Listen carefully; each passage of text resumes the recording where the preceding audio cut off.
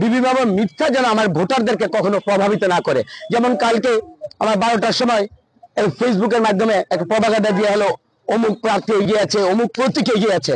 আমি আপনাদের মাধ্যমে ভোটারদের বিনীত অনুরোধ করব, আপনারা এই সরকারের নির্বাচন ব্যবস্থার উপর সম্পূর্ণ কনফিডেন্স থাকেন। আমি নিজের কনফিডেন্স 4:30 পর্যন্ত, বা ভোটাররা যতক্ষণ লাইনে দাঁড়িয়ে থাকবে, কম্পাউন্ডের ভিতরে বসে থাকবে, তাদের যেহেতু ভোটটা নিবে, আপনারা এই ভোটের সর্বশেষ এবং নির্বাচন কমিশন কর্তৃক যে ভোটের রায়টা হবে, ওই রায়ের আগে আমার আপনার কারো কোনো মিথ্যা প্রপাগান্ডা দেখেও আপনার কান দেবেন না। আজকে একটা ঘটনা ঘটেছে পঞ্চেশ্বরে, আমি সাথে সাথে সেটা 4 নম্বর ওয়ার্ডে, সেটা ঘটার পরে আমি মাননীয় রিটার্নিং অফিসার ওনাকে জানিয়েছি, আমার সদর থানার যিনি কর্মকর্তা ওনাকে জানিয়েছি, উনি সাথে সাথে এখানকার যে নিয়োজিত ম্যাজিস্ট্রেট ওনাকে পাঠিয়েছেন, তো ওনারা তদন্ত করে সেটা দেখবেন। তো সোফার আমি যতটুকু বলবো, এই প্রত্যাশিত এই যে কাঙ্ক্ষিত এই সময়টা আগামীকালের জন্য, এটা এই পর্যন্ত অনেক কিন্তু এখানে রিউমার মিথ্যা প্রপাগান্ডা এখানে কিন্তু প্রথম থেকে কিন্তু এখানে খুব একটা মানে আস্থা গেড়ে বসেছিল। তা আমি মনে করি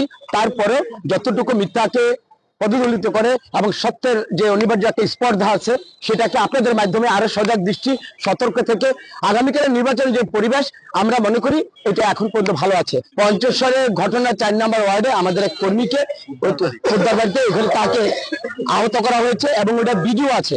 ওই ভিডিওটাও আমি রিটার্নিং অফিসার কর্মকর্তা এবং পুলিশ প্রশাসনকে আমি পাঠিয়েছি। তো আমি আশা করব তারা ওখানে অলরেডি সরজমিনে গিয়েছেন এবং এইখানে যে নিয়োজিত ম্যাজিস্ট্রেট আছেন উনিও এটা জেনেছেন, উনি সরজমিনে ওখানে গিয়েছেন। সুতরাং ওনারা যেটা বলবে প্রত্যক্ষভাবে ফিল্ডে গিয়ে ওইটাই হবে আমার মানে অভিযোগ বা আমার যে প্রত্যাশার জায়গাটা, ওনারা গিয়েছেন এবং সঠিক ইনভেস্টিগেশন করে আইনগতভাবে যা যা ব্যবস্থা নেওয়ার এটা নেবে এই আশা আমি করি। নির্বাচন আচরণবিধিতে সাংবাদিক সম্মেলন করা এটা কোনো নিয়ম নেই। সুতরাং আমি এটা এই পর্যন্ত মেনে আসছি এবং আগামীকাল পর্যন্ত আমি সম্পূর্ণ মেনে নিব।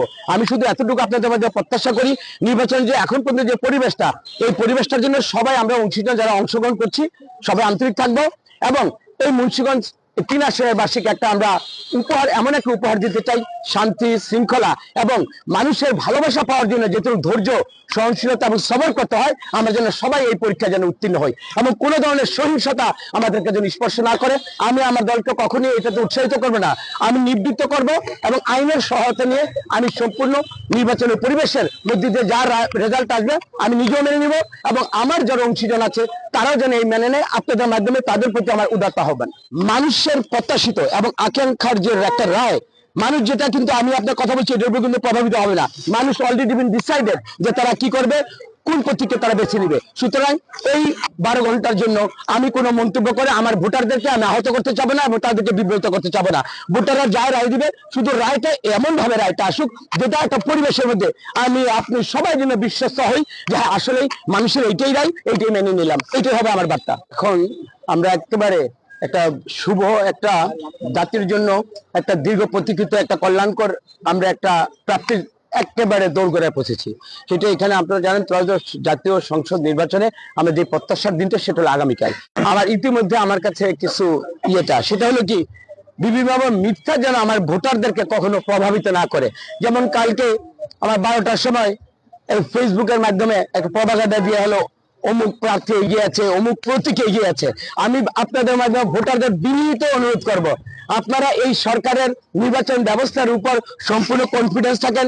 আমি নিজের কনফিডেন্স 4:30 পর্যন্ত, বা ভোটাররা যতক্ষণ লাইনে দাঁড়িয়ে থাকবে, কম্পাউন্ডের ভিতরে বসে থাকবে, তাদের যেহেতু ভোটটা নিবে, আপনারা এই ভোটের সর্বশেষ এবং নির্বাচন কমিশন কর্তৃক যে ভোটের রায়টা হবে, ওই রায়ের আগে আমার আপনার কারো কোনো মিথ্যা প্রপাগান্ডা দেখেও আপনার কান দেবেন না।